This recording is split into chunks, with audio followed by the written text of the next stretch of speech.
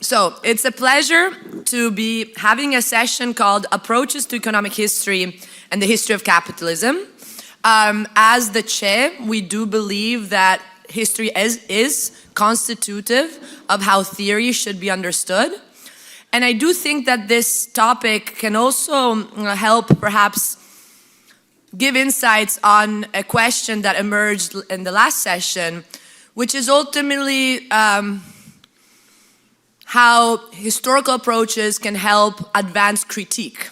Critique in the sense, again, not just of building the content of the theory, but at problematizing the social relations of production that we take for granted, a lot of times also as economists. And I think looking at a longer term historical evolution of our capitalist system and its origins is very important to maintain the element of critique, which is so important for the heterodoxy, strong and ultimately in our minds. So we have a wonderful panel. I'm going to introduce them one at a time. First we have Trevor Jackson. Trevor Jackson is professor of history and political economy at the University of California, Berkeley.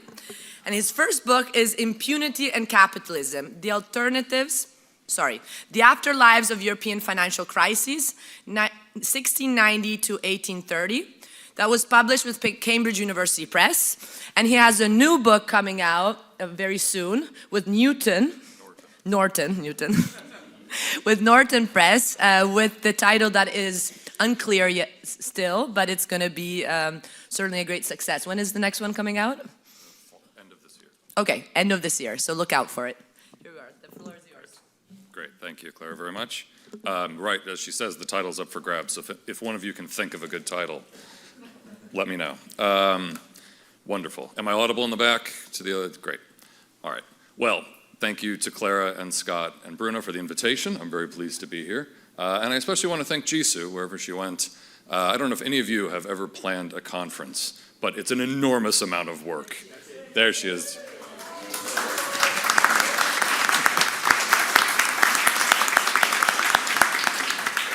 And I think she's done a fantastic job, and so thank you very much. Great. So I think I also should probably clarify, since I'm the first person who's speaking, that there has been some change in the lineup of the panel from what was announced, so don't be alarmed. Both Branko Milanovic and Robert Brenner couldn't make it, so we have happily substituted in some other people. And these aren't my slides, but I'm so excited to see what David's going to say that I thought this would be, a good way to keep our attention. So I think rather than speak a bit about my own current work, what I wanted to do was maybe speak a bit more methodologically about what history might have to say to heterodox economics and what heterodox economics seems to me to say about where history and economic history is going at the moment, which I hope will set up my co-panelists. I hope to be compelling to the non-academics in the room and perhaps provocative to the academics. So there have been many invocations or maybe hopes that economic history will have something useful to add to this project. And I hate to be the bearer of bad news, but economic history is at the moment, I would say, in a very parlous state. It is mainly dominated by economists, orthodox economists, far more so than historians. And they mostly, under the long hegemony of the influence of Douglass North and what's called the institutionalist approach to economic history, have treated economic history as though it's a kind of testing ground for neoclassical theory. What they often call institutions, but what they mean are the micro-foundational behavioral approaches to economic history. And so in this way, we've had now decades of mainly economists doing what I find very dreary work, testing things that are mathematically complex but conceptually obvious. The last economic history conference I was at, I saw a paper that was entitled, "Are Roads Good?" And the answer after 5,000 lines of MATLAB code was yes. So look, that has produced a cumulative body of knowledge, mainly trying to test the causal claims coming from neoclassical economics. But what that means is that my interlocutors are mainly orthodox economists. They are the people who I mostly speak with, because at the same time that economics has taken over the work of doing economic history, it's mostly been abandoned by history departments. And that history departments, especially in the 1980s and 1990s, took what we call the cultural or the linguistic turn, and most historians have become interested in questions about meaning and symbols and understanding rather than material economic processes in the world around us. And so for that reason, economic historians like me in history departments are sort of orphans, and we mostly are unintelligible to our colleagues and can speak only to economists from outside. So that's a challenging position to be in, and one that may or may not be changing for reasons that I'm going to go on about at some length. And so it seemed to me that it might be interesting to start by thinking about what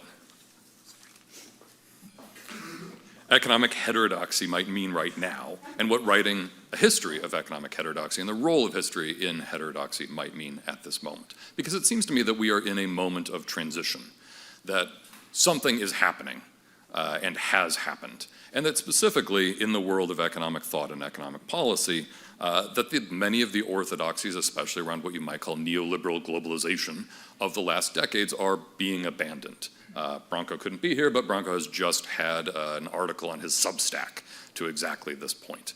Now, I don't want to push this idea too far. Clearly, whatever we mean by neoliberalism, if that means, in the Wendy Brown sense, the reconfiguration of many aspects of social, political, and cultural life into economic, market-based terms, well, that process is still alive and well. And if we mean neoliberalism in the Quinn Slobodian sense of insulating property from democratic accountability, we are, if anything, at some high point rather than at the death of that moment. And it seems to me that whatever changes are happening in the world of economic theory and economic policy have not been driven by the failures of the crisis of 2008 and some reckoning with how we got there, let alone an opening to a conquest by heterodoxy, but rather have been driven by kind of sinister xenophobic worries about realpolitik and the rise of China. And so it's not coming from the direction that we might like it to be coming from. But nonetheless, it seems to me that we are at a transition point, and that what heterodoxy may mean from now going forward is likely to be different than what it might have meant 10 or 20 or 30 years ago. And for that reason, if indeed this owl of Minerva is taking flight, it might be that this is a time to re-narrativize the recent past in economic theory and economic history. And that seems to me to be a vital task, because I would also argue to all of you, and this picks up somewhat on some elements from our last panel, that the history of economic thought consists largely of insurgent, rebellious movements who, in the process of establishing their rebellion, immediately tell a new story about what preceded them. And so in this way, we could say that mercantilism is, to some extent, the invention of Adam Smith to attack it, and that classical economics is, to some extent, the invention of the marginalists, or later of Keynes, creating a school of thought to attack. And Keynesianism is, to some extent, the invention of Paul Samuelson in 1948. And indeed, the story of the Friedmanite neoliberals coming to power in the 1970s, they tell as a story of intellectual triumph, that the Phillips curve had failed, Keynesianism had failed, stagflation had disproven it, and that they offered a better story.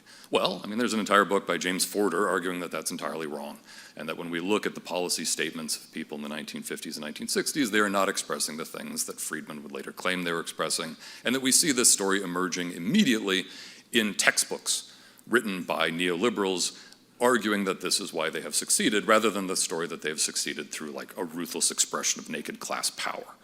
And so what that seems to suggest to me is that the act of re-narrativizing what came before is a constitutive element of the production of some new, both heterodoxy and orthodoxy.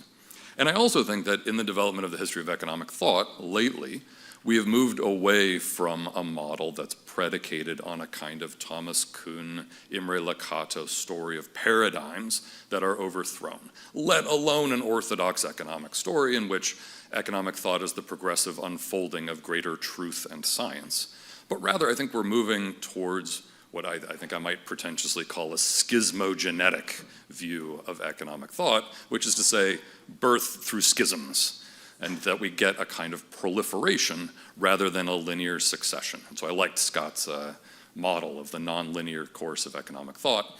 And so rather than saying that there had been a world of classical political economy and then in 1870 we have a world of marginalism, well, look, from 1870 to 1948, what the Austrian marginalists are doing is different from what the Lausanne marginalists are doing, which is different from what the Marshall people are doing, which is different from Oxford, which is different even in the US. the institutionalists in Wisconsin are doing a different thing from the institutionalists in Texas. And that rather than lumping them all into one narrative, we can say that there is this kind of proliferation that only retroactively gets flattened into one body of thought.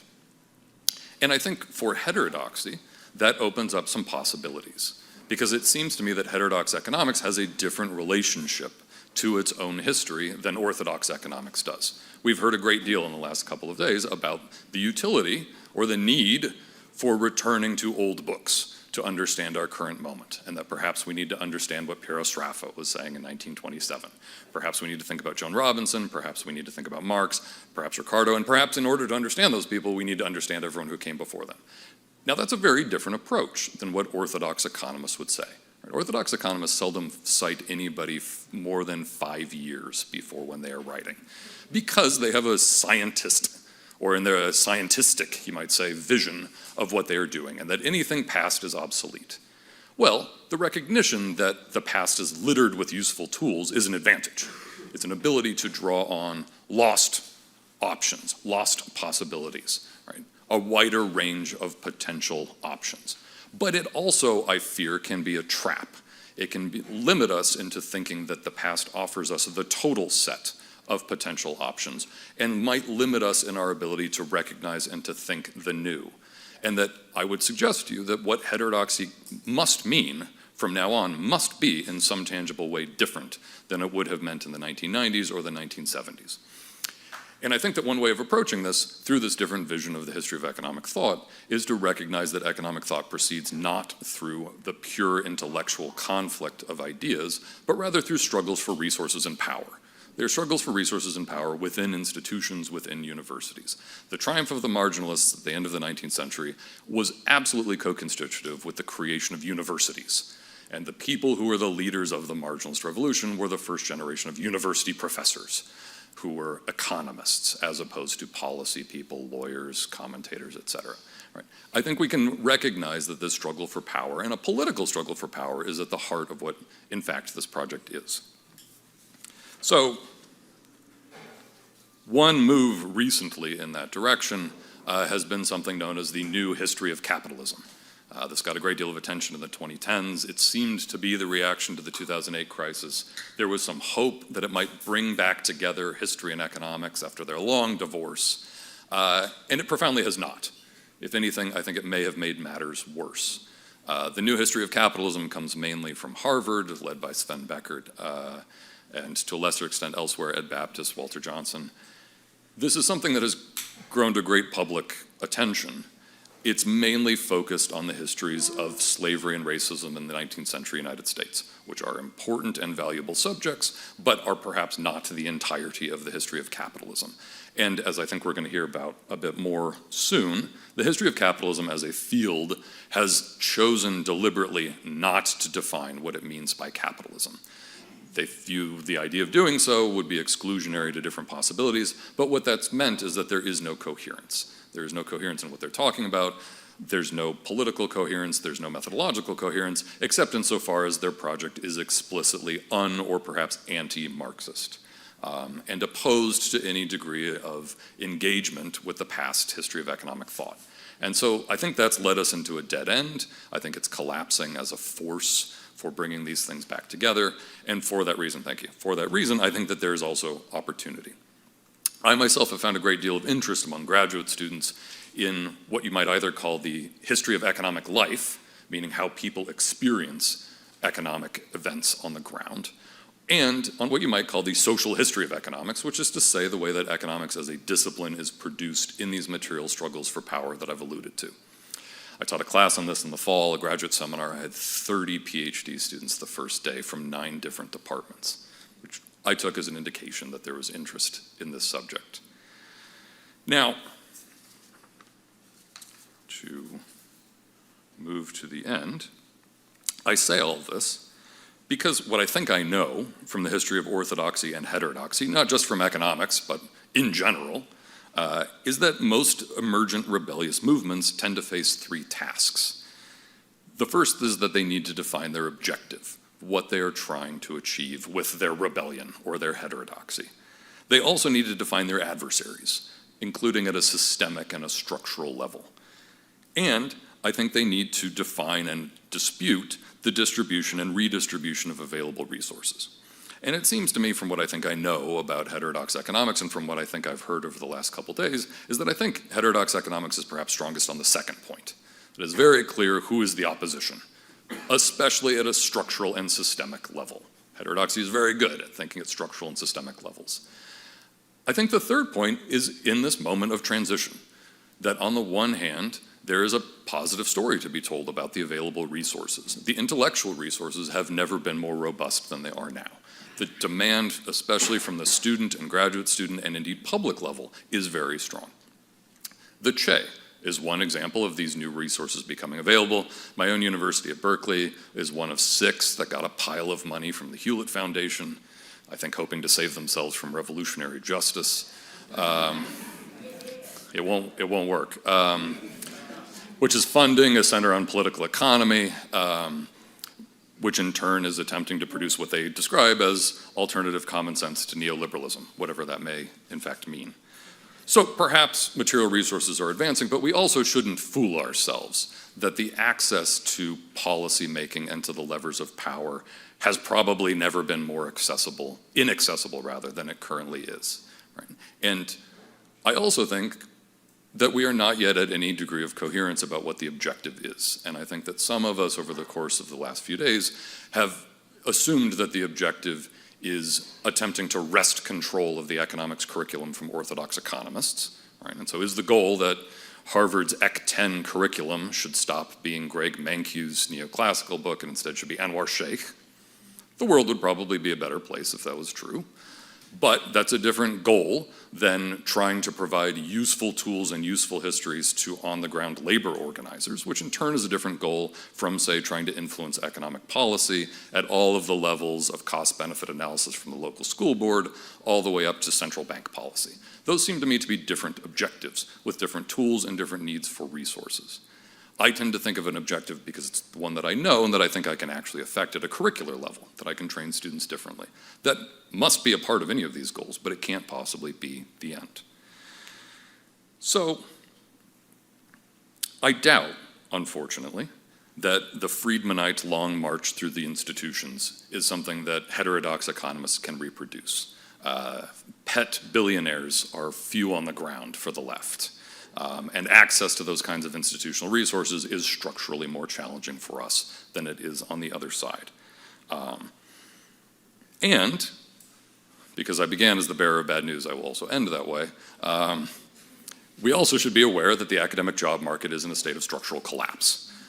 And so, although we may train at a curricular level generations of clever new thinkers and heterodox economists and different historians of economic thought, if there are not jobs for them to get, that's going to limit the impact of anything that we're trying to do. This is especially true in my own world of the subject of labor history, which should be the most direct and applicable to the labor organizers in the room. We should absolutely be producing usable, tangible labor histories, but the field of labor history has been annihilated in the last 5 to 10 years. Nobody is writing those books anymore. Nobody's writing those dissertations. A clear, I think, act of deliberate political, intellectual vandalism. But all of that also suggests to me that thinking about heterodoxy now means thinking not only in a moment of newly narrativizing thought and the processes that got us here, but also confronting what's new about our current moment of crisis and being realistic about what our current objectives may be. And so I'm just going to end on a final pitch for the utility of studying history, both in a world of heterodox economics, but even more broadly than that, for those of you in the room who are not academics. This is my pitch for the utility of studying history, which is to say that most people, if asked, would say that the point of studying history is something like you learn lessons from the past, or perhaps you learn the mistakes of the past so you don't repeat them. But strikingly, almost no historian thinks that. Most historians think the past is fundamentally different. It's a different context, people had different ideas, it was a different world, they had different options available to them, and we should not project ourselves into the past. So what's the point? Well, the point, I would argue, is that learning history is in fact a radical, emancipatory, imaginative act. Exactly because, as Clara said yesterday, learning history is all about denaturalizing the elements of the world around us and recognizing that anything in the world that seems permanent, natural, and inevitable is not. It was created by people at a particular moment. And when we historicize things, what we are doing is learning that moment. And when we learn that moment, what we do is we realize that there was a world before. The world used to be different. And if the world used to be different, it can be different again. And not only can it be different again, but moreover, when we learn history, what we realize is that when we struggle for a better world, we do so in solidarity with each other across space. We must do it in solidarity with each other from Tulsa to Gaza. But we also do it in solidarity across time. We do it in the footsteps of the people who came before us, right? They hoped for a better world in the future. We are that future they were hoping for, and we have an obligation to them to continue the struggles that they began. And when we hope for a better world, we in turn have an obligation to try to pass that on to the people who come after us, and to think of ourselves in solidarity in a community that spans both space and time. And in that sense, history allows us to not only think differently about the radical possibilities of how the world can be different, but also holds out the possibility for those of us struggling for a better world of realizing that we are not alone. So, that's my point.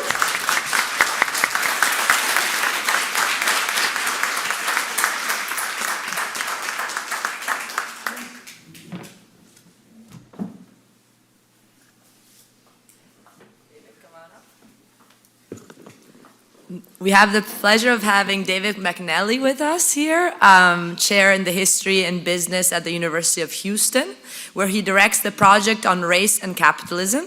The author of 8 books, wonderful books that really shaped many of us, our thinking here. McNally won the Deutscher Memorial Award for Monsters on the Market, Zombies, Vampire, and Global Capitalism, and the Paul Sweezy Award for Global Slump, the Economics and Politics of Crisis and Resistance. His book, Slavery and Capitalism, A New Marxist History, will be published by University of California Press in the summer of 2025. So we're almost there. Thank you. Floor is yours.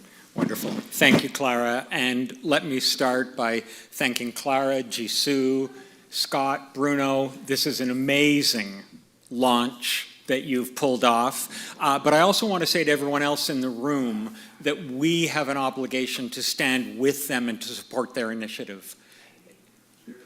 Critical spaces like this for the production of critical theory and practice constitute what my friend Alan Sears described as infrastructures of dissent. They're places where critical thought and critical practice can incubate. And they will always come under assault. And they will need people who are prepared to stand in solidarity with them. So all of us who came as guests, observers, and so on, have a real obligation, I think, to continue to extend our support and our solidarity in every way that we can. So thank you for that. You've heard from Trevor that the 2008-9 global economic crisis also triggered shockwaves in the historical profession.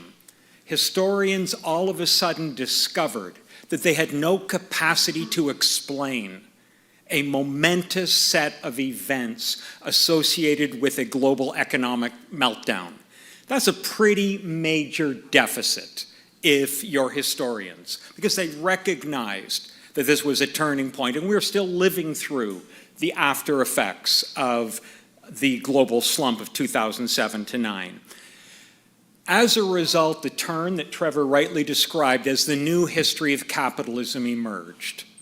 And in many respects, the return to capitalism as an object of analysis, and also the recognition that it has a history and is not the product of nature, not the product of an innate propensity to truck, barter, and exchange one thing for another, as Adam Smith says in the opening of The Wealth of Nations. But it has a history, which, as Marx tells us, is dripping in blood and dirt.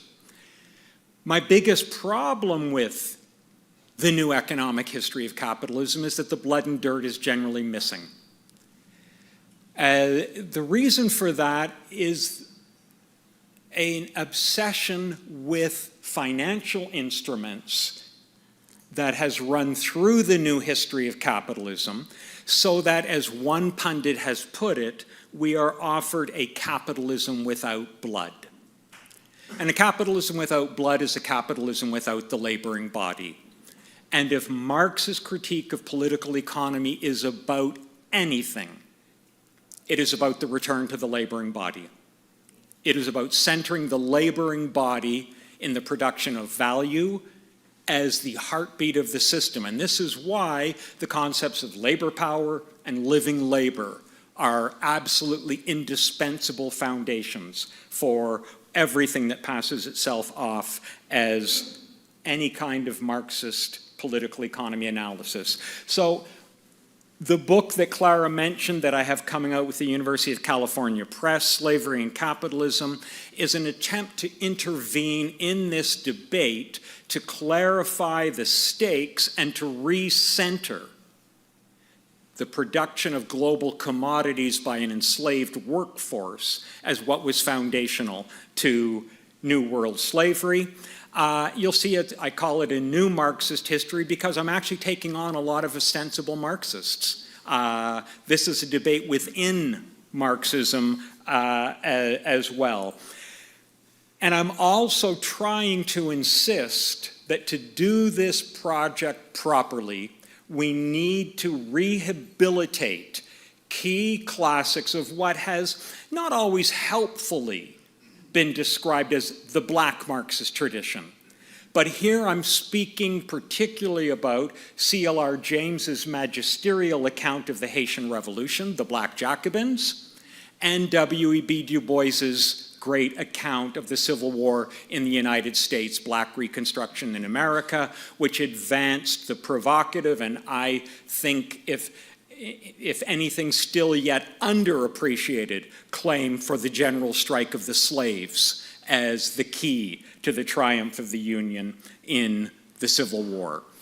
Now, I want to be clear that in making the case for the capitalist slavery, capitalist character particularly of British West Indian slavery and the slavery that emerges in the 18th century in the US South, that this is not a world systems theory claim for those of you who know it, which simply says that as soon as the world market touches an area, it's automatically fully capitalist. I'm making a different claim, which is that the New World slave plantation was founded on the real or direct subordination of labor by planter capital. What this means for those of you who know the debate over formal versus real subsumption of labor in Marx is that these were not labor processes that were only formally subordinated to capital. Plantation laborers were directly subordinated to production processes organized, assembled, regulated, and disciplined by agents of capitalism. And here, the discussion of what's known as the gang labor system is critical. And you'll see I have a passage there which I'll go through with you in a moment. But I begin, therefore, by making the following claim. Plantation slavery was about the massive systemic production of global commodities, tobacco, rice, cotton, sugar, coffee. It was mass commodity production. It was organized directly by means of bonded labor, and I advanced the concept of bonded labor power in the book, which I'm happy to come back to. But most importantly, I want to remind all of us of Marx's claim that the indispensable element of capitalist production is that capitalism absorbs the power of human cooperation.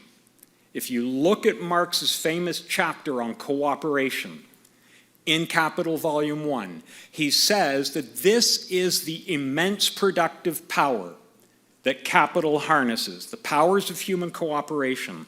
Later, it harnesses them to increasingly mechanized production. But the critical, if you will, first step is to regulate and discipline cooperative human activity.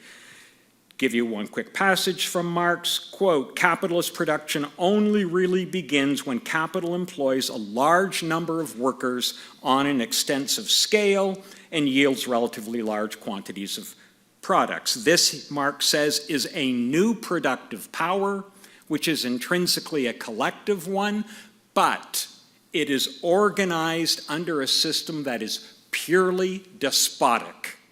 And that's critical, because gang labor on the plantation system is the extreme point, I argue, of capitalist despotism. All organization of work in capitalist society is despotic.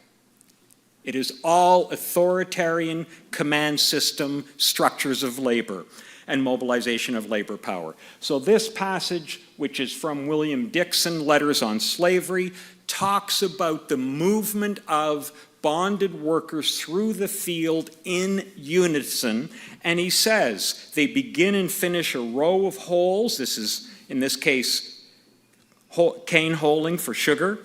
They begin and finish a row of these holes as nearly as at the same instance as possible, so that this equal task must be performed in the same time by a number of people who, it is next to impossible, should all be equally strong and dexterous. This is the standardization of labor, the material social organization that we refer to as abstract human labor, which seeks to quantify all movements. And so you get the standardization and quantification of labor time.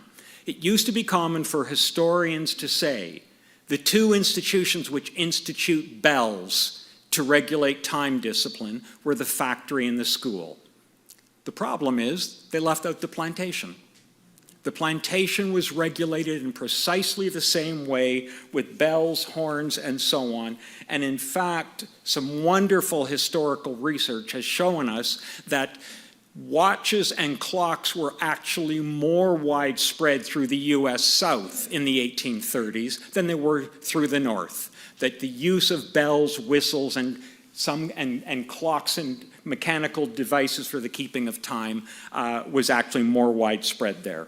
Now, I don't think a lot is solved by simply quoting Marx to solve historical problems, but I think every now and then we come across a formulation from Marx that can be extremely useful and got it up. No, I've somehow lost it. Let's try again.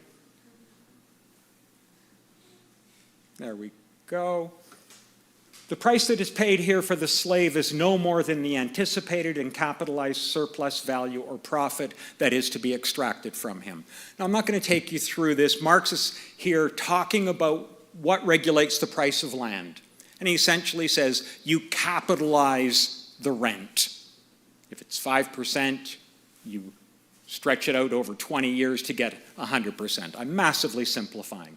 But the key here is the price of the slave is regulated by surplus value production, which is capitalized. In other words, Marx is not at all put off by the idea that plantation laborers are producers of surplus value in the course of producing commodities. And I think that insight is quite critical. But more important, ultimately, is that if we examine the actual forms of resistance of plantation laborers, of enslaved workers, what we discover is that there is both what I call in the book a proletarian moral economy, one in which theft from the master class is completely valorized and even called appropriation. To appropriate is the term that's used over and over by enslaved people when they steal from the master class on the basis of a very rudimentary labor theory of value. We produced it, it belongs to us. And secondly, that enslaved laborers, contrary to wide number of misconceptions, regularly fought to limit the length of the working day and the work week. Over and over and over again, they fought to reduce what Marx calls necessary labor, to reappropriate time for human life. In other words, I'm trying to make the claim that these bonded workers in some of the largest workplaces in the world, and that's the point that C.L.R. James is making in the Black Jacobins here. In 1740 or 1780, workplaces of 300, 400, and 500 laborers together constituted among the largest workplaces in the world. The sugar estates, in this case, of the northern plain of Saint-Domingue, what becomes Haiti, or Jamaica, and so on, are in fact massive workplaces. Moreover, enslaved workers regularly engaged in strike action. And this is something, again, that historians have come to appreciate but have not been able to integrate adequately into a full and robust kind of account. Here, I'm only going to give you the case of mass strikes. This is a set of mass strikes running from the 1790s all the way through the general strike of the slaves during the Civil War in the United States. But I will emphasize for you the second last one, December 1831 to January 1832, the mass strike of at least 30,000 Jamaican bonded laborers who refused to work as part of an uprising that basically forced the British Empire to abolition. And the leader of this uprising, this insurrection, Samuel Sharp, specifically argued for a general strike. This was the political strategy. And when arrested, a group of enslaved workers explained their motivations. We have worked hard enough already and will work no more. We won't be slaves no more. We won't lift hoe no more. We won't take flog no more.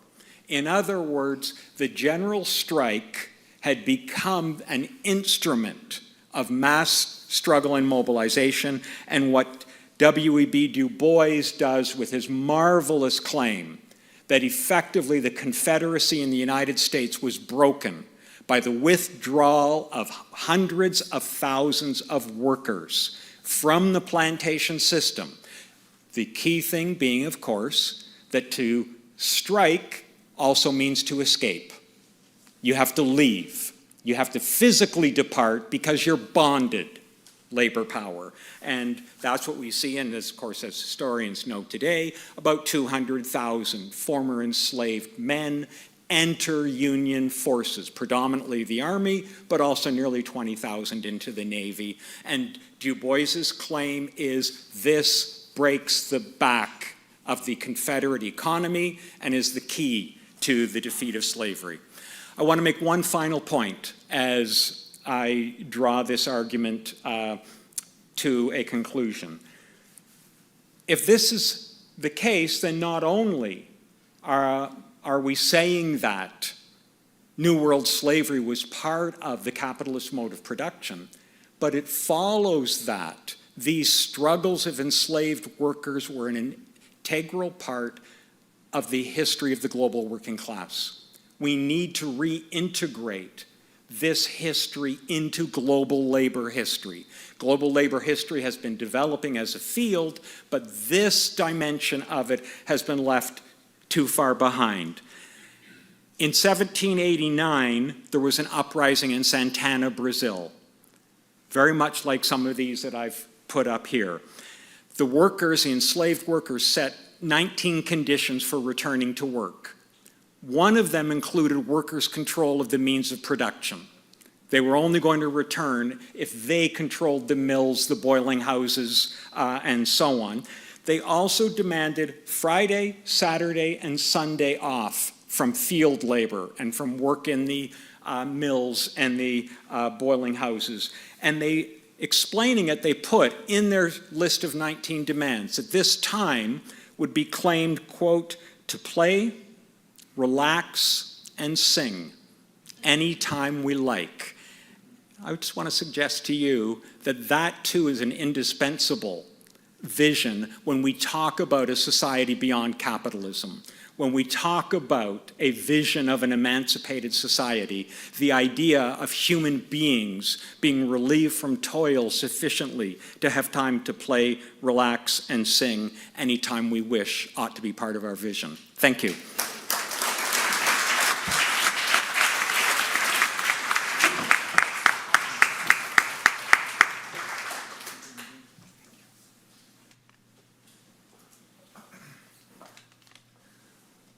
That was wonderful. Thank you so much. So now we have Stephen Maher, who is an assistant professor of economics at SUNY Cortland and co-editor of the Socialist Register. His work focuses on the role of the state and finance in the development and internationalization of American capitalism from the 19th century to the present. He's the author, with Scott Aquano, of The Fall and Rise of American Finance, from JP Morgan to BlackRock, that came out with Verso just last year, 2024, as well as Corporate Capitalism and the Integral State, General Electric and a Century of American Power, with Palgrave, 2023. The Fall and Rise of American Finance is truly an important book, and rethinking, as he will probably hint to, the relation between industrial and financial capitalism as it's been understood also in the Marxian tradition. So we're so happy to have you here. Thanks a lot, Clara. And honestly, I want to echo my former teacher and actually ongoing teacher, David McNally's comments at the beginning, just on what an incredible initiative this is, and to extend my strongest congratulations on this incredible launch to Clara, Bruno, Scott, and Jisoo, everybody else who was involved in this. This is really tremendous, and I really hope that it continues. Unfortunately, as you heard, Robert Brenner and Bronco are not able to make it today, so you have the understudy. I'm sorry to break the bad news. I also didn't have the time to put together a PowerPoint because I wasn't necessarily supposed to be presenting, and so but that's okay with me because as my late mentor Leo Panich used to say, power corrupts, but PowerPoint corrupts absolutely. So no corruption here. I'm going to suggest that understanding the historical development, that how we understand the historical development of finance, the giant corporation, and the state are central to how we think through the most pressing political questions that we now face.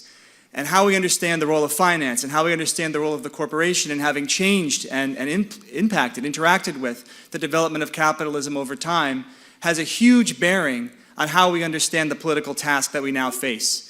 So there's a direct connection between how we see the history of these institutions, which are the central pillars of contemporary capitalist society, and how we understand the political struggles to change them and ultimately overthrow them. My work, like David's, challenges a lot of the work that's been done, including by some of the best Marxists, I think, in framing this history, which oftentimes consists of a narrative that argues that the development of capitalism over time has led to reduced competition as the concentration and centralization of capital proceeds, competition declines, leading to stagnation and general malfunctioning and decline, ultimately the decline of the capitalist system. I argue on the contrary, following the work of many important Marxists, some of whom were here, including Anwar Sheikh, that capitalism has actually become more competitive with time, not less, and that this has happened because of, not in spite of, the development of the giant corporation and the financialization of the economy. In other words, my central claim is that capitalism is not broken and in need of being fixed. On the contrary, it is working correctly and in need of being overthrown. So, thank you. So I make this case in my two books that Clara just mentioned by challenging two central myths which pervade a lot of left thinking on these institutions and the history of capitalism. First, the idea that class power emerges, the power of the capitalist class emerges through the capture of the state by the capitalist class, and that it takes the form of lobbying by giant corporations which take possession of the state from outside and force it to do their bidding. In other words, the state only does capitalist things because capitalists force it to do. My mentor, Leo Panich, who I mentioned earlier, used to call this the waitstaff theory of the state, where the capitalist class calls up the state every morning and instructs it how to behave and what it should do in order to reproduce capitalism. On the contrary, the implication, of course, of this claim, of this myth, I would say, is that the state is neutral. It's fundamentally neutral, and therefore it can become a workers' state simply by limiting lobbying or campaign contributions or whatnot, and therefore workers can then take control of the state through winning elections and make it into a working class state. On the contrary, if we look at the way the state developed historically and institutionally, we see that the state is in fact much better seen as what the Marxist state theorist Nikos Poulantzas referred to as a relatively autonomous state. That is to say, not directly under the control of the capitalist class, but at some distance from particular capitals, navigating the contradictions and conflicts between competing individual capitals as it articulates the general interests of the capitalist class as a whole. Now, by debunking this myth, I'm also criticizing economism, right? The idea that class power doesn't just emerge automatically. It's not just given. Class power has to be organized and formed. The power of the capitalist class has to be organized and formed through the active role of the state, which, not coincidentally, also disorganizes the working class. So the capitalist class has the capitalist state to organize its power. The working class is going to have to organize itself. This isn't to say that the struggle for reform is pointless and that reforms can't be won on the terrain of the state, because indeed they can and have been. Rather, it's to say that winning reforms and gaining state power requires more than just winning elections. It requires a much deeper and fundamental transformation of the materiality of the state.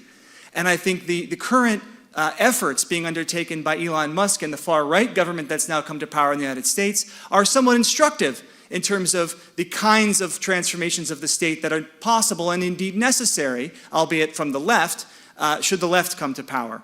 And I think the left has not come up with a program to do so, other than simply contesting elections. The second myth that I challenge is this idea that financialization has led to the hollowing out or decline of industrial capital, and that the rise of finance in the global political economy, especially since the 1970s, has come at the expense of industry. So as finance rises, industry falls. And the idea is that finance constitutes a kind of vulture capitalism, or consists strictly of fictitious capital, appropriating Marx's concept, I think, in a way that is not exactly what Marx had intended, but is a particular development or a particular understanding of the concept of fictitious capital, such as in the recent book by Cedric Durand. That the argument is that finance is somehow parasitic on industry, and its rise leads to dysfunction, the hollowing out of the real economy, and that actually the poor condition, the increasingly precarious position that the working class finds itself in is not a result of the balance of class forces and the fact that finance has strengthened industry and thereby increased the exploitation of workers, strengthened the capitalist class. But on the contrary, the argument is that the rise of finance has somehow, in weakening the working class, also weakened capitalism. But of course, those of us who are familiar with Marxist theory can understand perfectly well that the weakening of the working class is perfectly compatible with the strengthening of capital. And that's indeed what has gone on. And so the suggestion that comes out of this work, sometimes explicitly, as in the case of social democratic writers like William Lazonick, sometimes I would argue implicitly, is that workers should form an alliance with industrial capitalists, that is to say, their bosses and exploiters, in order to rein in the true parasites in the economy, which are the financiers. And supposedly, because finance is draining industry of its vitality and of its strength, industrial capitalists have an interest in joining with workers because they share a common interest in confronting the parasitic financial sector. I argue that this is not happening and is not likely to happen for the very simple reason that industrial capitalists have benefited from financialization. Financialization was a solution, not a problem, for capital coming out of the 1970s crisis, laying the groundwork, the infrastructure for globalization that first of all opened up the vast low-wage workforces of the global periphery to exploitation, reducing labor costs, increasing profits, and overall restoring the power and vitality of industrial capitalism coming out of the 1970s. Even though the process of globalization may have damaged individual capitals through the intensification rather than the reduction of competitiveness that entailed, the power of the capitalist class as a whole was strengthened. So competition may damage individual capitals, but it strengthens the power of the capitalist class at the expense of the working class.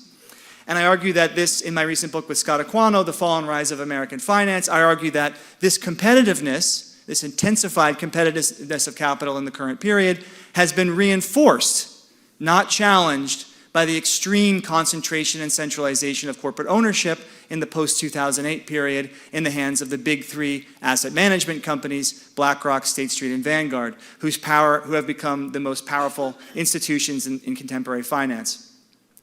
Now, in order to understand the claims I'm making here, and I may not have time to get to everything that I want to say, we'll see how much time I end up having, but in order to understand the claims that I'm making here, I need to explain or lay out a theory or an argument made by the economist John Weeks that basically most mainstream and even critical economics, such as the Monthly Review School of Marxian economics, adheres to what one might call a quantity theory of competition, according to which competition is a function of the number of sellers in a particular market. As the number of sellers declines over time with processes of concentration and centralization, competition also declines, right? Classical Marxian economics, and Scott Aquano and I, argue that competition is actually better understood as a function of capital mobility. Competition occurs as capital flows into those investment outlets which generate relatively high returns and flows out of those investment outlets with relatively low returns.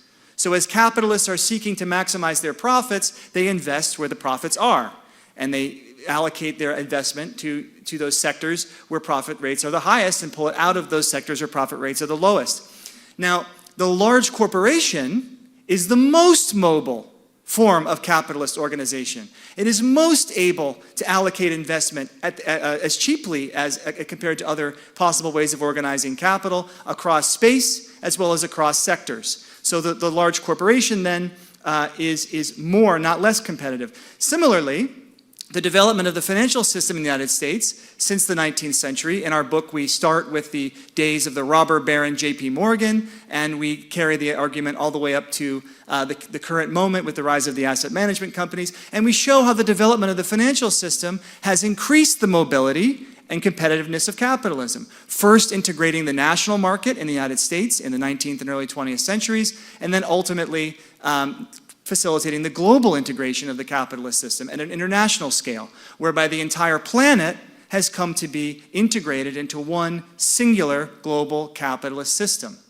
And that this has tremendously enhanced the competitiveness and aggressiveness of capitalism, not resulted in its dysfunction and malaise and stagnation. So I have a couple comments I wanted to make about the institutional Marxist methodology that I've used in this work, which effectively argue, I'm not going to get too into it. I have a book coming out on this methodology. The manuscript will be submitted hopefully in September, and it will be coming out soon thereafter. But the basic idea is that, that capitalism's history does not unfold in accordance with the blind operation of structural laws. On the contrary, capitalism is produced and its structural drives are realized through institutional forms that are constructed by really existing concrete human beings. Now, I always find that a little bit strange, concrete human beings. I use it a lot, but I don't mean human beings made out of concrete. I mean actually existing, living and breathing human beings who create institutions, and the capacities of those institutions determine the trajectory, and the contradictions determine the trajectory of capitalist history. So the question that emerges from this kind of methodology is how and why did the capitalist system evolve in the ways that it did? And what does this history tell us about the structure of power and the possibilities for working class advance today? The purpose, my purpose, in writing with this methodology, in the recent book, The Fall and Rise of American Finance, certainly, is to demystify the operation of the financial system and to illustrate its central importance for organizing the political and economic power of capital, and thus its importance for working class struggles to gain control over investment. In other words, in short, to demonstrate the necessity of and possibility for an authentically democratic socialist order. And I think that points to the need for a political program that goes beyond, for example, the popular call to break up the banks and restore competitiveness, right? Capitalism is already competitive, and it's not good for workers. Workers do not have an interest in restoring competitiveness. Workers have an interest in democratic control of the economy. And that is exactly what we need to be fighting for. So, okay. In this respect, my book, The Fall and Rise of American Finance, historicizes heterodox theories of money, credit, and finance. It looks at the ways in which the institutional capacities and functions of the financial system developed to carry out the functions that are described in those heterodox theories of money, credit, and finance. How did the financial system develop the capacities to circulate investment, to create money and credit in the way that those theories describe? We have to understand this historically. How did the system that those theories describe actually emerge? And in particular, to show how the capacities of the state itself were formed to support this system through its attempts to manage historically emergent disciplines, contradictions, and crises of capitalism. So the broader claim, in addition to the 1970s, the post-1970s moment, going back to the 19th century, is that financialization is not new, right? Financialization was there at the creation of capitalism. Without financialization, you don't have the giant corporation under the tutelage of J.P. Morgan at that time. Furthermore, the current stage of financialization actually finds its origins in the heart of the post-war golden age of capitalism, which is oftentimes held up as the supposedly pre-financial period that we all want to go back to, right? Good industrial capital-led capitalism rather than bad financial capital-led capitalism. In addition, finance and industry are not separate, right? They're completely integrated, and their interests have never been more closely interconnected than they are now.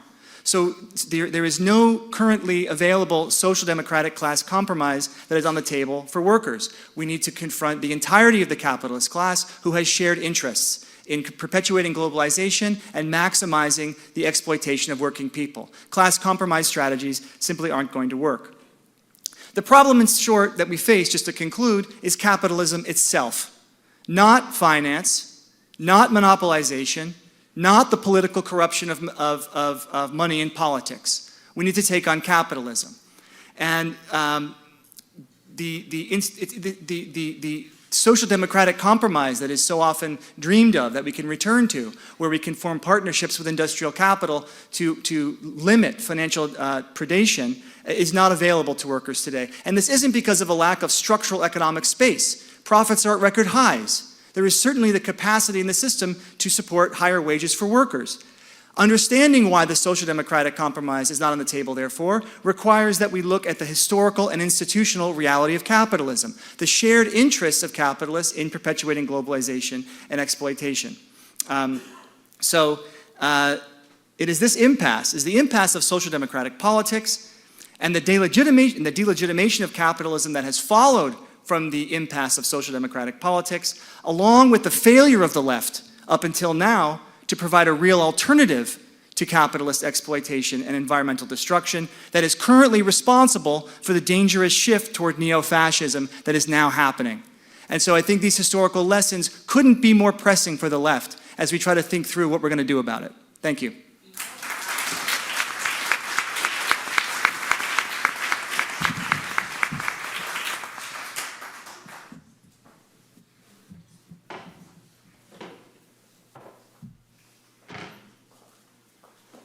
Alrighty, and now we have the substitute of Robert Brenner, his student, Sam Salour, researcher at UC Santa Barbara. Thank you. So the main difference between Bob and I is that my introduction took 10 seconds. His would have taken 10 minutes, right? But I'm going to follow in his footsteps in being controversial and like annoy most of you here, because that's just what happens after Bob talks. I'm going to start by taking a different track than David did in sort of criticizing the new histories of capitalism, and then move on from there, I think, to try to say what bothers me today about mostly sort of Marxist analysis of the history of capitalism and capitalism as such. David mentioned that in the new histories of capitalism, what's forgotten is the dirt and blood, right? The exploitation of the workers and the labor embodied. That is true in most sort of mainstream writing. Exploitation, dirt and blood is forgotten. But I think what's fundamentally forgotten in the new histories of capitalism is capitalism itself. If you look at the writings, while everything is about the history of capitalism, they never bother to define what the term means, right? Capitalism generally refers to the past few centuries, right, or recent times. And it raises a question. What exactly is the use, like analytical use of the term capitalism, of something such as the logic of capital for historical analysis, beyond saying that there are workers, there are capitalists, and like workers are exploited by capitalists, right? One of my perhaps first controversial points is that a lot of the times as Marxists we think that our job is to talk about exploitation, right? Is to talk about class struggle. That those were the fundamental contributions of Marx, right? Exploitation and class struggle. I don't think that's true. I think Marx's main contribution was this specific form of class struggle and this specific form of class exploitation and the logics of development that arise from them in a capitalist society as opposed to a pre-capitalist society. You know, he almost like took it for granted. It was his starting point that workers are being exploited. The dirt and blood were his starting point. I don't think it was his main contribution to bring those out. So the problem with the histories of capitalism, interestingly, Sven Beckert himself, in a recent book, Capitalism, the Reemergence of a New History, he himself sort of recognizes this struggle, right? And I have this quote from him. I don't really like his writing, to be honest, but this quote really brings out the point I'm trying to make. I see a yet unresolved and perhaps unresolvable tension between a new history of capitalism that emphasizes diversity, local conditions, particular forms, and forms of organization, and a diversity of labor mobilization, so slavery, bonded labor, workers, and a view of capitalism based on an assumption of a core identifying logic that sets this form of the organization of economic activity apart from the others. If we quite usefully emphasize the importance of politics, of law, of the state, of culture, of religion, I can add of exploitation, of so much more, of history and so on, are we in effect undermining the very notion that there is such a thing as capitalism, right? To me, that's true of either mainstream or Marxist writing. I think one of the dangers of us when we try to do too much empirical analysis, which is great, we should, that's the starting point, no question, is that there's also the danger of getting lost in all of it. And we end up describing all aspects of reality, but then we hardly go beyond description. And then we have a token to say, yes, this is all capitalism, there are workers and there are capitalists, but now let me go talk about banking, and then we end up describing various aspects of banking, we end up describing various aspects of finance, we end up describing various aspects in which workers are exploited. But then in the midst of that, I find that we lose historical narratives, we lose explanation. and we just end up with description. That's the new history of capitalism. So what's the way out of this? Here is, I want to bring Brenner, I'm just going to call him Bob Brenner, because most of these debates started in the 70s, right? Basically, how do we use the concept of capitalism, and how is it useful as an analytical category, not just something that's bad, something that we need to get rid of. And Bob's main objection to the literature of the time, and most of this is in the context of the question of economic development, something that is like fundamental for most of us today. How do we understand economic development, right? Bob raised two fundamental questions. The first one was where everyone was looking at the world market growing in the 14th and the 15th century and said, well, this is a capitalist world market. Capitalist is a worldwide phenomena. We have accumulation, we have exploitation, we have people accumulating capital, therefore we have capitalism, right? And Bob's simple question was, yes, we have accumulation, we have exploitation, there are workers in factories producing textiles, the merchants are selling them, the merchants are getting rich. But why is any of that capitalist? What makes any of that capitalist, right? Because most pre-capitalist societies have been quite compatible with extensive networks of trade, of commodity production, of monetary exchange, right? His second question was when we looked at the issue of dependency, right? And of course, even up to today, a dominant view in the heterodox circles is that, well, why is it that so much of the world did not develop, but like England did, or the US did? Well, it's because they prevented the development of the rest of the world, right? This view is not necessarily incorrect, but there is a dangerous assumption here. And dangerous assumption that Bob pointed out, and I think it still haunts the development literature, that if it were not for England's colonization, that if it were not for the US or England, all of these other places would have developed as England and the US did. Right? That they were on the tracks of developing. Many of them actually, let's take India, let's take China, they were actually more developed economically up to just a few hundred years ago than Britain was, right? So then Britain's takeover is only possible by stopping the rest. And of course, Bob objected by saying that you are essentially assuming not economic development as such, but capitalist economic development, right? That we are assuming that every country is sort of destined to make a transition into capitalism and to have capitalist economic development. Of course, the issue here is not differentiating between forms of economic development, capitalist development as opposed to pre-capitalist development, right? So while England's colonization has certainly retarded the development of many places, there was absolutely no reason for them to have capitalist development. And this created a question.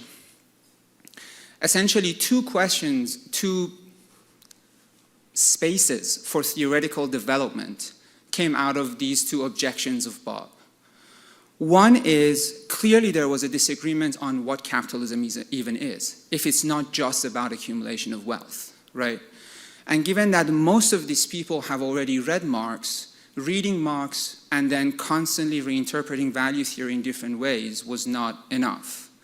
A new way of looking at Marx's categories was required. This is what Ellen Wood tried to do, which I will get to in a second.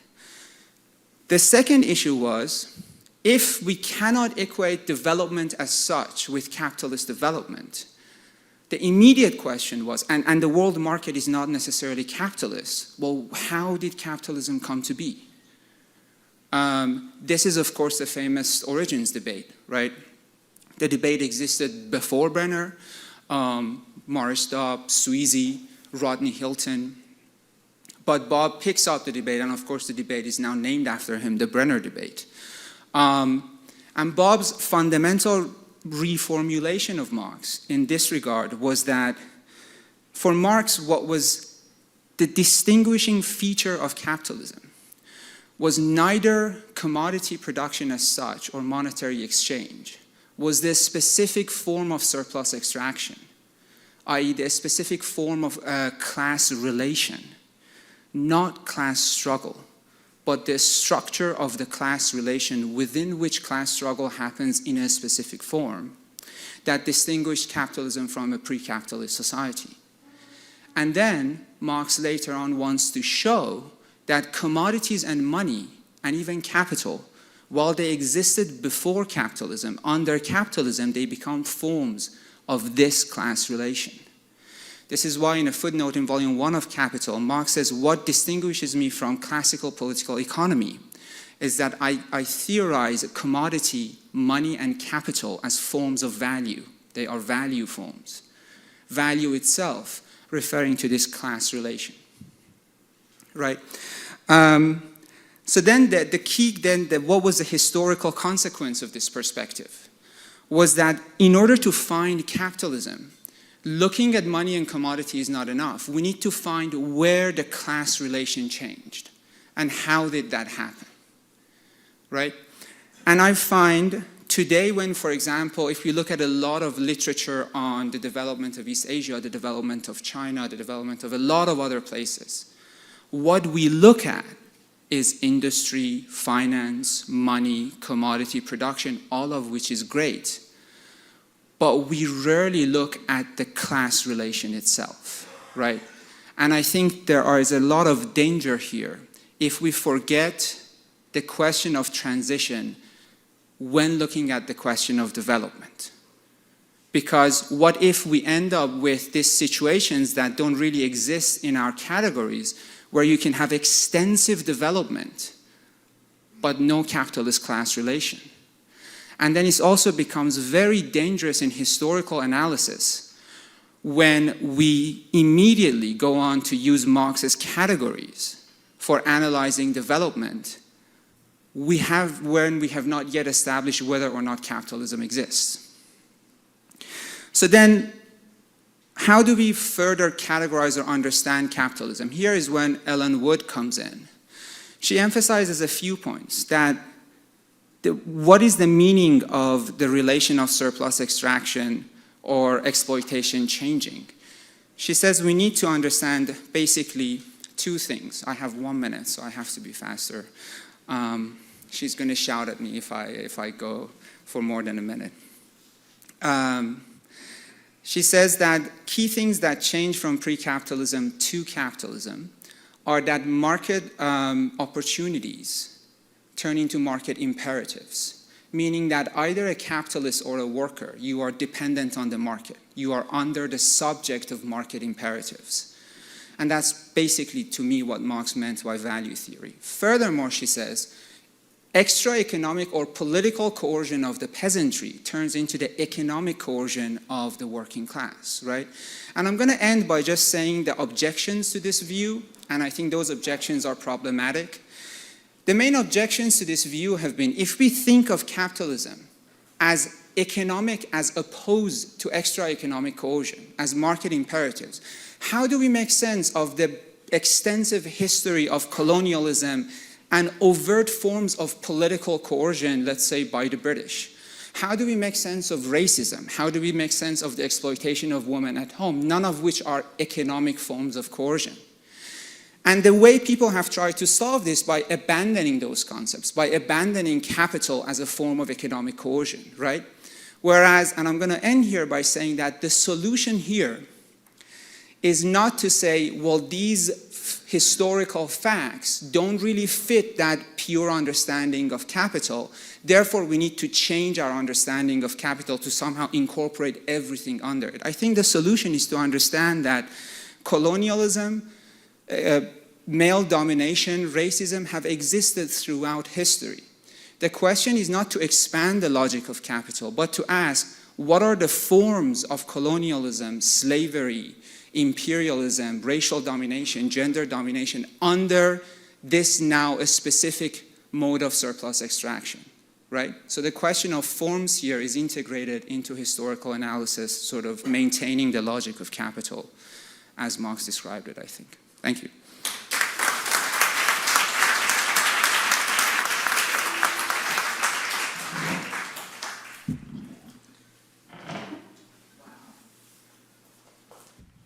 Wonderful. Now we have some time for interventions by the audience so that we can get some debate going, and then we'll give it back to the speakers. I'll bring around the...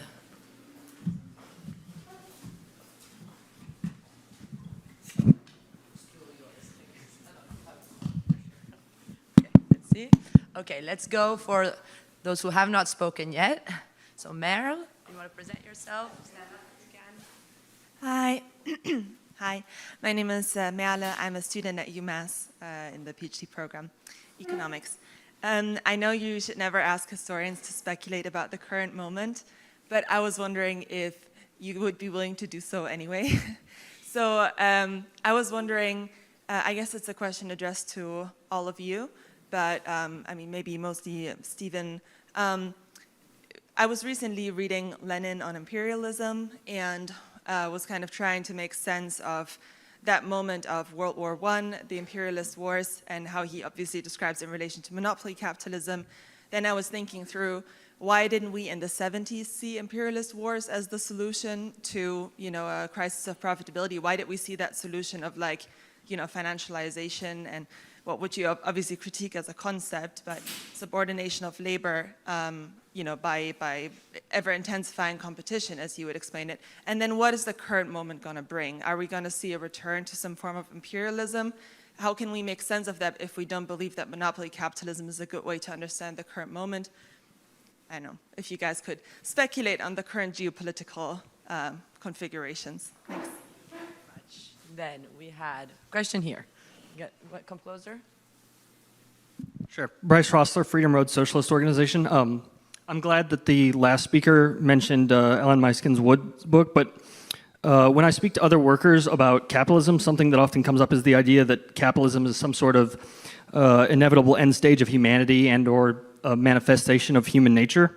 And in her book, which you mentioned, she traced like the land enclosure in England and the development of capitalism in the English countryside in the 17th century as being an emergent factor in this, like the uniquely speculative way that they treated land rents as distinct from other European colonial powers. And that like disavows us of the notion that this was a natural, inevitable process. And I think that's important because the conclusion when you have the idea that this is a natural thing is that you can't conceive of an alternative. If capitalism is inevitable or some manifestation of human nature, then it is what it is. And secondly is that in the United States specifically, there's a generally like anti-intellectual attitude among the population. Like if you try to speak to the average person about technical theories or abstract ideas, their eyes start to glaze over. So but like people understand these things, like people feel the weight of capitalism pushing down on them. They may not understand why, like a factory worker may not be familiar with Frederick Winslow Taylor's principles of scientific management, but they feel it, right? So my question, I guess I have two questions. One is, what do you see the role for heterodox economics being in synthesizing these ideas in digestible ways for the masses and not just students and academics? And two, how does collaboration with other disciplines factor into that? Thank you. There are many other hands. Let's get these three, then Ricardo, and then we give it back to you, and then we'll do a second round. We have time.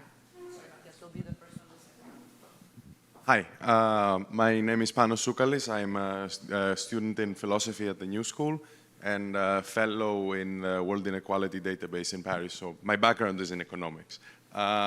So I want to contrast two different perspectives, which I understand they emerge from the different topics, but nevertheless I think they are representative of two different approaches to capitalism between David McNally's speech and Stephen Maher's speech. On the former, we heard an emphasis on the dirt, the blood, and that side of the history of capitalism, which you can extend to also being a logic, an aspect of the logic of capitalism. My sense was that in Stephen's speech, there was more of an emphasis on the rationality of capitalism, of the pureness of capitalism, that I understand very well the point of the argument in the context of trying to show, and very powerfully so, and I've really learned a lot from your book, and I really, really enjoyed reading it, that a social democratic compromise is not the strategy we should be striving for.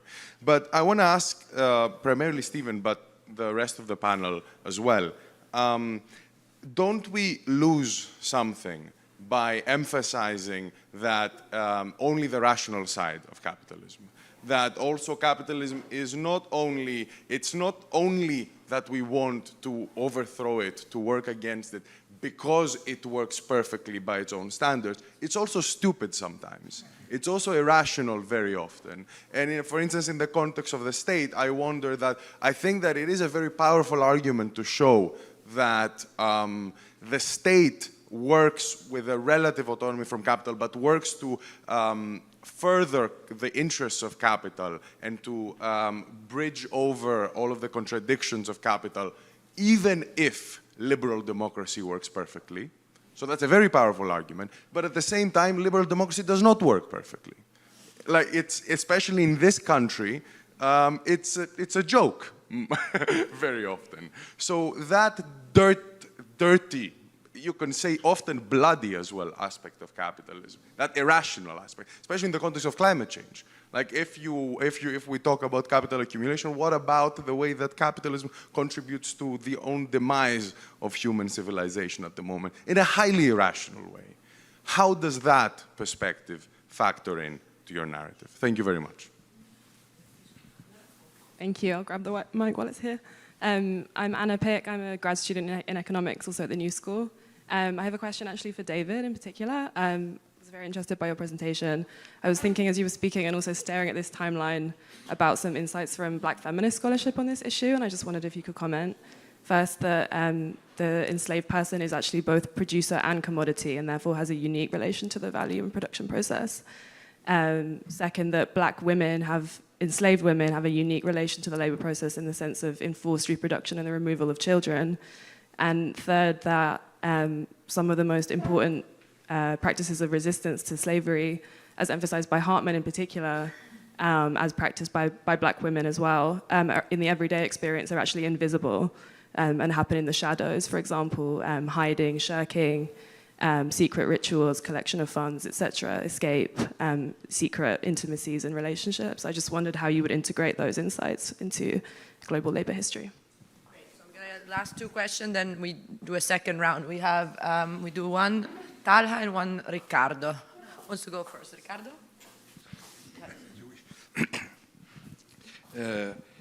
To Sam Salour, I think you wanted to displease the audience, but I enjoyed all that you said. I agree 99% except for a very important 1%.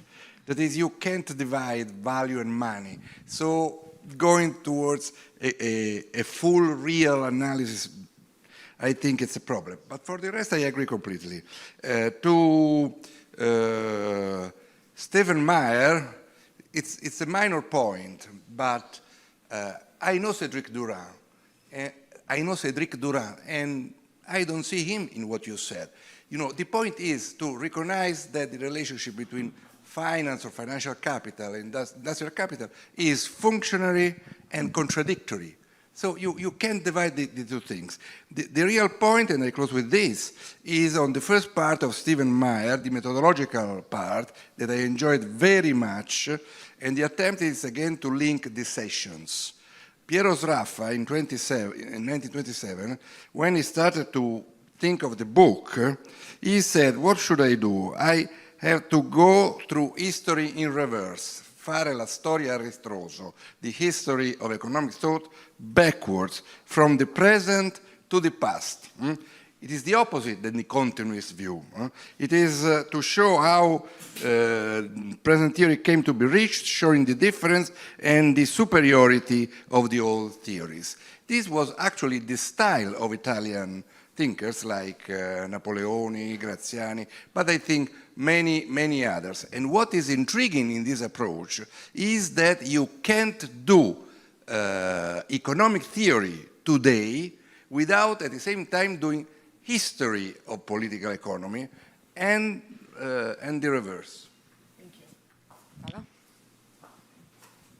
So first, I just want to say a comment, which is I think this is probably the single best panel I've attended in the last 10 years, and I just want to thank all of you and the people organizing it. This was unbelievable as a matter of one after the other. I just have to say I'm blown away. So my comment is really a little more, very minor, but I just want to sort of build on what Sam started with, which is I think fundamental, which is that the differentia specifica of Marx's analysis of capitalism cannot be class and exploitation, because that is not the differentia specifica of capitalism, right? It's the specific way in which capitalism transforms other forms of class relations. And the way it does it is, of course, by intercoupling vertical class relations with horizontal relations of ceaseless market competition. And I think this feeds very nicely into Stephen's point, which is exactly that. The monthly school vertical focus on monopoly misses the story of capitalism.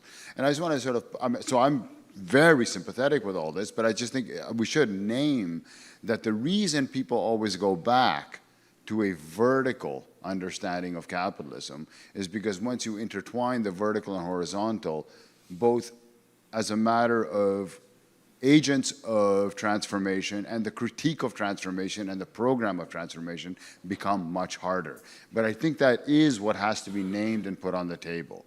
That once you understand the differentia specifica of capitalism as being precisely the intertwining of the vertical and horizontal in an unprecedented way, leading to unprecedented alienated domination and productivity, the agents and program of transformation become much harder to articulate. And I think we have to sort of be honest about that to some extent. I'm completely sympathetic with the project. I think what you guys did is brilliant. I just wanted to say that. Thanks. That's great. Alrighty, so we have time, so let's give it back to our speakers. What order should we follow? Let's follow the order in which you started, no? Or you tell me. Yeah? Trevor? Go ahead. Okay, well, I'll be brief because I think most of the questions were mainly aimed towards David.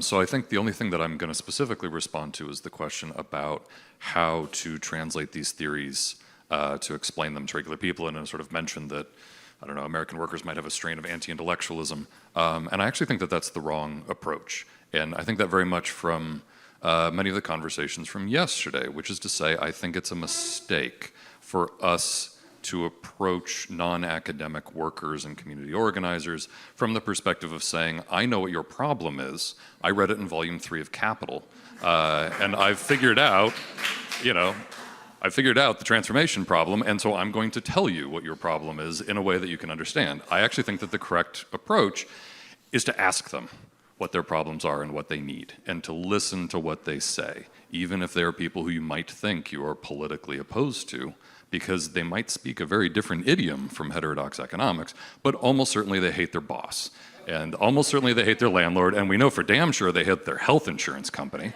right? And so I think that there are many more points of continuity there, and I think for that reason, what I was very struck by from some of the conversations yesterday, I don't know where our Icelandic trade union organizer went, but I found very striking when she said that she had specific problems. She goes to the negotiating table and the economists do their math and they always say the same thing, which is that wages can't increase. And I thought, well, look, she doesn't need us to explain Marx to her. What she needs is a set of intelligible, usable answers to respond to those economist questions, right? So she's telling us what she needs and we should be able to supply it in a useful way. And I think that listening to workers about what they need is probably a better approach than proceeding from the assumption that we have all the answers and we know better. And I would also say that I think, just as a final point, that it's a translation error to believe that there's a strain of anti-intellectualism in average Americans. I think that I could probably leave here right now and have a very sophisticated conversation with anybody on the street about like the blitz rate of the Philadelphia pass rush, and they would be able to speak in very, very specific detail about that. Only like 4 of you understood what I just said, but those who did, right, you're with me on this. Right? It's a different kind of intellectualism, right? It's an intellectualism that speaks to people's experience in a way that perhaps the transformation problem of Volume 3 doesn't. And so I don't think that we should proceed under the assumption that there is a rampant intellectualism so much as I think we should realize that what we think is important and what is important to workers in the world are not necessarily the same thing, and that we should listen to them about what they need. I'll just make one quick comment on the last point, which is to say, in the spirit of what Trevor is saying, the relationship between activists, organizers, and those of us who do intellectual work professionally has to be dialogical. It has to be dialogical. And the moment we imagine that holding forth monologically is any route towards the emancipation of the workers of the world, come on, folks, let's get serious. We have a huge learning project as people who are professionally intellectuals if we're going to be relevant to all kinds of labor, community, social justice type organizing. On the rationality question, you know, I think the key for us always is to emphasize that the micro-rationality of the capitalist firm is in aggregate irrational. And therefore, that there is baked into the DNA of the system, the logic of capital, is social irrationality. And that's, I think, in many ways, something that disunites what we've all been saying. The big historical question that's kind of the backdrop to all of this is what Marx tries to do in Part 8 of Capital, Volume 1.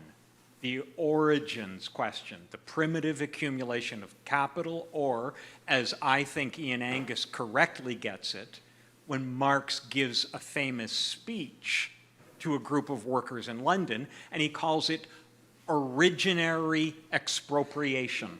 Much, much better translation than primitive accumulation. That capitalism cannot get going as a historical possibility unless masses and masses of people somewhere are dispossessed of their means of producing the means of life for themselves, their own means of production and subsistence. And that dispossession is at the core.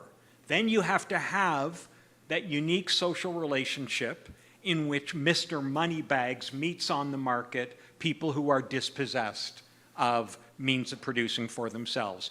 What I'm trying to develop within this is the recognition that what happened to those 12 million Africans sold into slavery? They were dispossessed of the means of producing for themselves, and their labor power was sold as a pseudo-commodity of the person. But therefore you get the commodification of persons which can never be completed. That's my whole point, is that you cannot, in fact, adequately commodify people. And one of the little banners that I use in the book is to say, constant capital does not strike. I repeat that, constant capital does not strike. Only living labor does that. And once we recognize that, then we need to theorize in a very, very different way. Anna, your question is really, really important, and I do try to take this up extensively, because one of the things that Marx leaves dangling in Capital, he tells us the special commodity is labor power. He doesn't tell us how this labor power is going to be regularly, systematically, and generationally reproduced. He tells us capital can leave that to the natural instincts of the worker, which is wrong. Marx goes for a naturalistic solution to a social problem.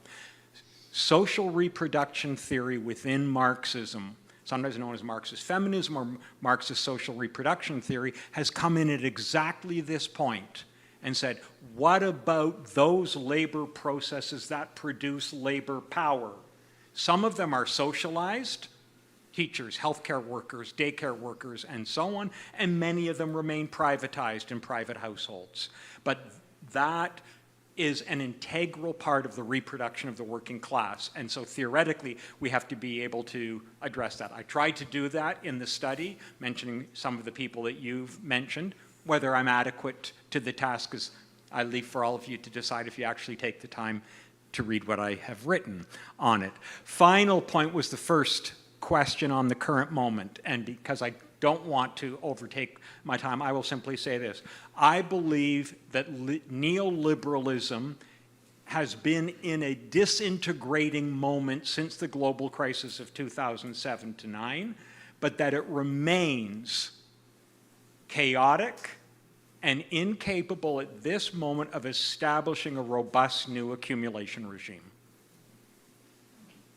I think Kostas yesterday used the term interregnum.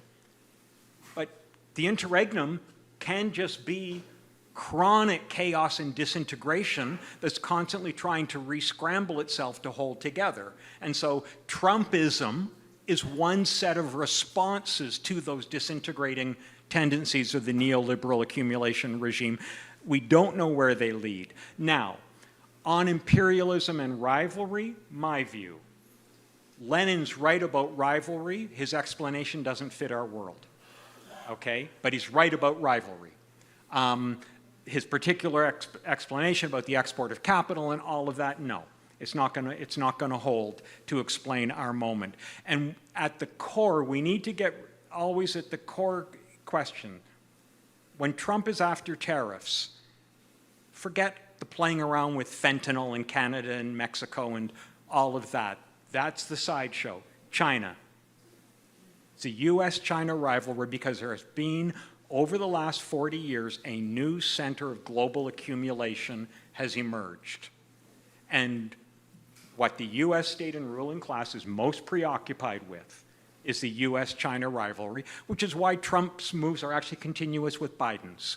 And so we need to understand imperialism today in terms of the rivalries involved with key centers of accumulation, and those have been changing across the neoliberal period, and it reconfigures the way in which global imperialism looks today. That's a whole other discussion, and I know I need to pass to Steve. Thanks, David. Yeah, so maybe I'll just start where David ended with a comment about Lenin and imperialism. As you mentioned, Lenin's focus is on monopoly capitalism and the ways in which the monopolization of the national market led to the overaccumulation of capital by large firms and therefore created the need for those firms to export capital. And the forms that took was carving out exclusive economic territories which were for the sole exploitation of nationally specific capitalist classes. And this is important in terms of the question of the history of capitalism because it gets at the historical specificity of imperialism, right? Marx and Engels in the Manifesto talked about capital's tendency to settle everywhere, nestle everywhere, establish connections everywhere, et cetera, et cetera. And that's oftentimes taken as very prophetic, and indeed it was. Capital does have that tendency, as we can all see around us every single day. Nevertheless, the forms that internationalization takes are historically specific. So at the time Lenin was writing, there was indeed inter-imperial rivalry between externally related imperial systems, which were nationally specific between the core country and between the metropole country and its colonial territories that it was exporting capital into and extracting value from. After World War II, this logic changes. We enter a new historical moment defined by the unique role of the American state, unprecedented in history, in uniting the world system into one single global capitalism. Not competing national capitalisms, not competing imperial systems, one global capitalism. It doesn't mean that competition goes away, of course, as I was just explaining, and it doesn't mean that interstate conflict goes away. But it means that the contradictions within this system, given that the system is indeed organized through national states, which remain relatively autonomous from each other within the structure of the American empire, those forms of conflict and contestation take different forms. And so what you see up to the 1970s crisis, and the system is united based on the free movement of capital. It's stitched together by the large multinational corporations who circulate investment around the planet.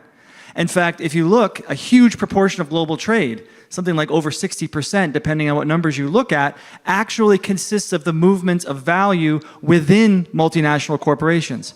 Right? Many countries' leading exports are exports within a single corporation. And so you have this system stitched together by multinational corporate investment and organized through national states. So there is conflict between these national states. And the forms that conflict takes now, especially as David was just mentioning, vis-a-vis the US and China, is very different than the kind of conflict we saw, say, between the United States and the Soviet Union, between two completely different socioeconomic orders. And it was very different than the kind of inter-imperial rivalry we saw leading up to World War I and ultimately World War II. Instead, we have a Chinese economy that is deeply integrated within American-led global capitalism, right? Deeply integrated within American-led global capitalism. The dollar remains world money, right? Organized and reproduced by the American state. And China has been seeking different terms of integration within that that global system managed by the American state. And that includes the growing threat of nuclear confrontation between the US and China. So China is deeply integrated with the system, but there's a lot of contradictions of that. And I think what David said is very correct, that what has happened, especially in the recent decades, has been a kind of fragmentation of the American imperial system, but a fragmentation that is contained still within the overarching structure of American hegemony. And that has taken the form of increasing security conflicts between different national states, whose autonomy, relatively speaking, is a part of the way that system is established and organized. And I think theorizing that and thinking that through requires a lot of intellectual and theoretical energies that people have to devote in the coming period to understanding what's going on. But certainly, in a context in which the American state is the #1 recipient of foreign direct investment inflows in the entire world, it would certainly be absurd to suggest that foreign direct investment itself is somehow constitutive of an imperial relationship. That would mean that the United States is the most imperially dominated country on the planet. Clearly, that's not the case. So we have to think through the current forms that this is taking and the nature of the conflicts that we're seeing, which are quite different. For example, after the 2008 crisis, the American Central Bank, the Federal Reserve, bailed out central banks all around the planet, at least central banks in the dollar zone, by supplying them with unlimited swap lines of credit. That is to say, unlimited dollars to support their financial systems, including China. Right? And if there was a big financial meltdown today, the same thing would happen. I don't think that would have occurred between the United States and the Soviet Union. And I don't think that would have occurred between the leading capitalist powers in the lead up to World War I. So we're looking at a very, very different system, and understanding the nature of the contradictions of that system requires that we have historically specific understanding of how that works. Now, I don't want to go on very much longer because I know we have to get on, but I wanted to make one last comment about the dirt and blood in the history of capitalism that David mentioned, because this is actually quite important, and the way I see this is that there's a division of labor. Like, if I was writing a book about the history of global capitalism and financialization in the American economy, and I also then wrote about all of the violent and coercive measures that are necessary to implement a monetary economy, which is by no means occurring through nature, but has to be instantiated through violence on living human beings who don't necessarily want to accept those kinds of economic relations.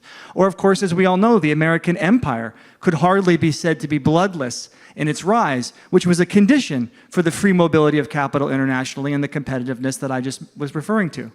So, including, several million people killed in Vietnam, including now the genocide that's happening in Gaza. So it's certainly not bloodless. But I think there's a division of labor in our historical focus in which, David has written an excellent book on blood and money, the way that the rise of a monetary economy was dripping in blood in the ways that he mentioned. And so I think we're just kind of looking at different things, but to me, these are not exclusive in any way. They go together, and we all are kind of participating in a common project in that way.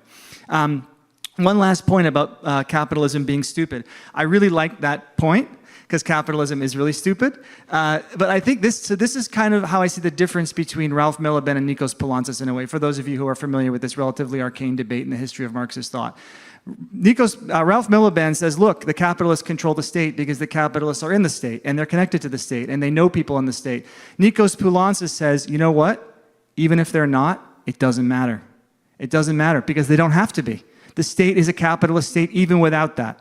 And so I think that's a very, very important critique that hones in on the radicalism that we have to focus on, because it doesn't matter if we exclude the capitalists from participating in the state, right? The social democratic parties in Europe were historically, to a large extent, successful in limiting campaign contributions and campaign financing of those parties. And yet every single one of them is adopting neoliberalism. So campaign contributions are not the problem, right? Capitalist personnel are not the problem. And I think that is a really important way of looking at things. And certainly in terms of the environment, I am very influenced by the work of Paul Burkett. Those of you who might be familiar, the late Paul Burkett, I recommend his work very, very highly. And what he basically shows is how the logic of capital, if you like, as laid out by Marx in Capital, is fundamentally at odds with both human development and the sustainability of the relationship to nature. And I think that what that points to is is kind of the same kind of argument I was making, that the health of capitalism, the strength of capitalism, comes at the expense of the planet and human beings. And as Clara said yesterday, right, the contradiction between the logic of need and the logic of profit. This is the central message, I think. The logic of profit winning means the logic of need to some extent loses out. Human beings become stunted in human development terms, and nature is disrupted in ways that are potentially existentially impacting human civilization. All right, I'm going to give a few quick answers, and then I want to spend time on the current moment, though probably not in a very satisfactory way. So on the irrationality issue, like, I agree. I think we should be less happy about the irrationality of capitalism and much more worried about its genius. Because despite the fact that it destroys its own basis, it's so malleable, it's like so powerful in like rectifying all of that and like changing its ideologies and like looking different every time. And I think that's what's really dangerous about it. And it also has this obviously like built-in mechanism of dealing with the irrationality between micro and macro within itself. Like, that's the business cycle. Like, every business cycle, it deals with that and it goes ahead. As the question of value and money, I completely agree. Like, value cannot exist outside of money. But I think sometimes we forget this, and even in the work of someone like Heinrich, we kind of have this new Smithianism where money, as Blood and Money shows, money existed before capitalism, obviously, like, and it was a terrible social institution, but value did not, right? So what's really distinct about capitalism is not monetary production, as Keynes would say, but it's value production, which necessarily takes a monetary form. Regarding of like what I said, well, I was told to behave. But the fact is, like, the perspective that I try to defend is regularly in the Journal of Capital and Class or Historical Materialism or other journals is designated as Eurocentric, racist, and sexist, right? Because supposedly it fails to incorporate non-European paths to capitalist development. It fails to incorporate social reproduction or racism under capitalism. And like, to clarify, when it comes to the issue of social reproduction, I think there is a lot of approaches that try to begin from Marx's categories, such as value, such as abstract labor, and then ask the question, when it comes to the question of reproducing the labor power, how can we change those categories to incorporate that? That's precisely what I'm saying is a mistake. In my view, that's a completely mistaken approach. Whereas the other approach should be, what is the form of social reproduction under capitalism as opposed to feudalism, as opposed to what existed before? It's that historical approach that needs to be our starting point. And a lot of the times, in so much of our analysis, Marx's categories have become our starting point rather than history, right? That's true of issues of race and issues of gender, I think. And I think those are mistaken approaches. Lastly, I just want to briefly talk about the current moment. My view is I think the way in which we look at the current moment and debate it essentially has not changed since the 70s. I think we are within the same paradigm of debate, right? And that, I think, is creating problems. The paradigm I like to put forward exists. It's not completely new. As much as today's world is different, I think if you look at even the stuff that we are debating, there are stark similarities. We are talking about, is neoliberalism over or not? Is globalization over or not? Do we have secular stagnation or not, right? These are the stuff. Okay, who were the people that debated these identical questions? Early 20th century, both mainstream and Marxist thinkers. The question at the time was, has the age of British liberalism ended or not? The question at that time was, has the globalization of late 19th century ended or not? Keynes is the product of that debate. The debate at that time was, are we in an era of secular stagnation or not? The exact same things that we are debating. So I think the best way to try and make sense of the moment is through a historical comparative picture that looks at the evolution of post-World War II capitalism up to today and compares it with the evolution of capitalism under the British hegemony as it was chased by the US and Germany leading into the conflicts of the First World War, the Second World War, and the stagnation of the 30s. That framework, in my view, can tell us best of what we can expect moving forward.